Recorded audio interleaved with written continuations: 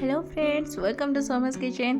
आज मुझे आसी आप सहित गोटे बहुत बढ़िया रेसिपी जो मैंने भेज खाऊँ स्पेशली जो मैंने नॉनवेज भी खाऊँ से नॉनवेज छाड़ी भेज भी खावा लगे। तो एक्चुअली मुझे बनई मशरूम बिरयानी। मत बहुत पसंद मशरूम, बट मो हजबैंड को बिल्कुल भी पसंद नुह। तो से लगी मु मशरूम दुईटा जिनस बनई। तो गोटे पार्ट रे तो देखी लंग हो जाता से लगी मुझे दीटा वीडियो करके देखी कि मु मशरूम कौन कौन आइटम बनई। तो फर्स्ट गोटे पैकेट मुझे मशरूम को नहीं जाइए जोटा कि मशरूम बिरयानी बनवाई। प्रथम मु बासमती चाउल नहीं भिजे देती गोटे कप।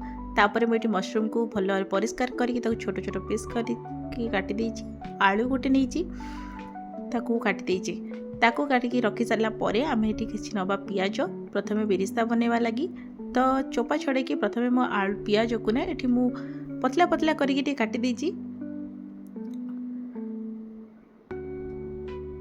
पिज नहीं जावा ये मुझे अदा खंडे। तो ये मसला मु रसुण रे दौना केवल रदा आउ किछि पियाज आउ कंचा लंका और धनिया पत्र को लेकिन मुझे मसला बनईचे। तो ये पियाज को सरू सरू काटी सारापर मुझे कंचा लंका दीटा नहीं काटी देछि। तो मुझे छेचिकी नहीं आप ग्राइंडिंग करेंगे कि छेचा मसलार टेस्ट किसी अलग थाए। तो मुझे कंचा लंका अदा आउ धनिया पत्रर किछिटा स्टेम ता सहित पियाज को लेकिन भल भाव में छेची देछि। आपन को भी प्लीज़ कमेंट करके सेक्शन में लिखे कि क्या मशरूम बिरयानी पसंद। मत एक्चुअली बहुत जोर से ठंडा ही वॉइस रू टे जापे धई सई हो। सो प्लीज़ मो वॉइस को इग्नोर करेंगे। तो मशरूम आलू को ये गोटे जगह बाउल नहीं जाइए। मटर छुई मो पाखे थी से किसी ऐड करदे आपको भल न लगे स्किप भी करेंगे। ये से मसला को देदेली लुण लंका गुंड हलदी गुंड बिरयानी मसला काश्मीर लंका गुंड धनिया पाउडर आउ जीरा पाउडर ताको हल्ला भाव गोले सारिकी से गली आधा कप दही भल भाव गोल साइड करके रखीदे। तापर ये पियाज को जो काटिकी रखी थी भल भाव में भाजी देती लाल कर भाजबे कि देखिए भाजबे जमी पोड़ी न जाए। ये मोर पियाज हो गला पियाज को आम काटिदे।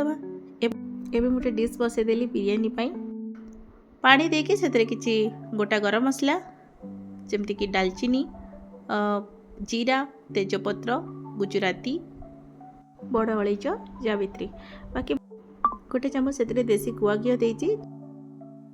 आ गोटे जिन पकई केवड़ा वाटर आपण पाखे थी निश्चित पकेबे से भल स्मेल आसे। ये बादाम चाउल फुटी आसला 80% कुक हो जाइए। तो ये आम बंद करदे। से कड़े को नहीं गली तेल को पूरा काढ़ी देती से गोटे गरम मसला और किसी जीरा पकई भल भाव छुंक देकी पकई गोले रखि आमर मशरूम को देदेबा। मशरूम को ये पूरा भल भाव में सीझा किसी आवश्यक नहीं कारण मशरूम बहुत कम टाइम लगी था सीझा लगी से अधिक टेस्ट जेहेतु भेज तो किसी काजू किसी किसमिश मुझे ऐड कर गोड़े 2 मिनट रखीदे। देखो छतुरे पूरा पानी बाहरी आसला। तो भाजिकी रखी पियाज किसी प्रथम अल्प देदेबा ताऊपर आमर से भात को छाणिकी पकेबा आउे से पियाज बाकी को देदेबा।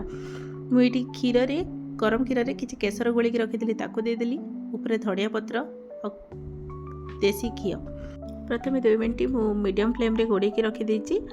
तापर मुझे 15 मिनट पूरा सिम रे बसई। प्लीज रिक्वेस्ट करुच्ची मोर ठंडा बहुत जोर से होती तो प्लीज वॉइस को इग्नोर करेंगे। आउ ये जो आइटमटा बहुत जल्दी हो जाए गेस्ट जदि आसी आपण पाखे मशरूम थी ना ताले बहुत कम टाइम रे भी हो जाए। तो घरे प्रस्तुत करूँ निश्चित बनईकि खातु और अन्य खुआतु मशरूम बिरयानी। मुझे दही रायता सहित सर्व करमी लगे वीडियो निश्चित जनइबे। मुझे सेकेंड पार्ट रे मशरूम आउ गोटे रेसिपी देखी रोची। जय जगन्नाथ।